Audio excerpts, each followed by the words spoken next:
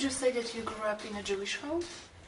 For some years, I really lived in a non-Jewish home. I lived with two cousins in a small village in England, where I suppose it was healthy.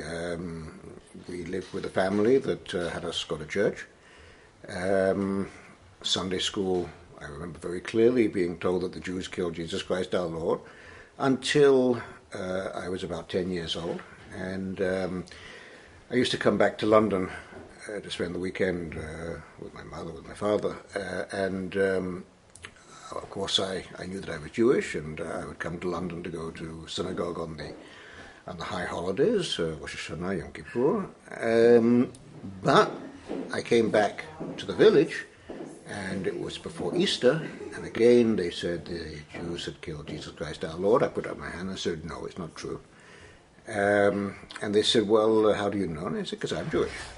And a few days later, we were crossing a field. It was I and my boy cousin. My girl cousin wasn't there.